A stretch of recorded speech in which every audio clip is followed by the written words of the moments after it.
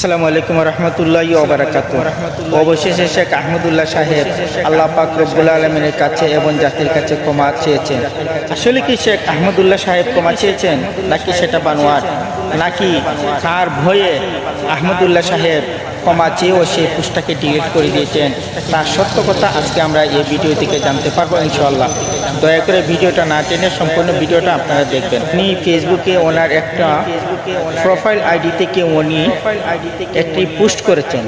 পোস্টটা উনি 1 ঘন্টা পরে আবার ডিলিট করে দিয়েছেন। এর কারণ কি জানেন? উনি প্রথমত ক্ষমা চেয়ে পোস্ট করেছেন, এরপরে যখন উপর মহল থেকে যখন ওনার কাছে চাপ আসলো তুমি কি জন্য ক্ষমা চেয়েছো, 1 ঘন্টা পরে ওনার পোস্টটাকে উনি ডিলিট করে দেন। উনি ক্ষমা চেয়ে জাতির কাছে ক্ষমা চেয়ে কি লিখেছেন সেটা আমি আপনাদেরকে স্ক্রিনে দিচ্ছি, আপনারা লক্ষ্য করবেন এবং ভালো করে মনোযোগ দিয়ে পড়বেন।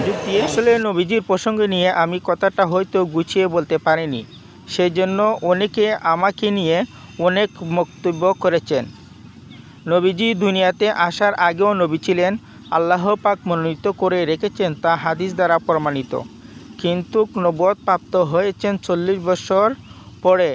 বিষয়টা এমনিভাবে আমি বলেছিলাম, হয়তো বলাতে মিস্টেক হয়ে গেছে, সেই জন্য আল্লাহর কাছে এবং আল্লাহর হাবিবের কাছে আমি ক্ষমা প্রার্থী। এবং যেসব দিন ভাইয়েরা আমার কথায় কষ্ট পেয়েছেন তাদের কাছে আমি ক্ষমা প্রার্থী। আমাকে ক্ষমা সুন্দর দৃষ্টিতে দেখবেন। সুবহানাল্লাহ।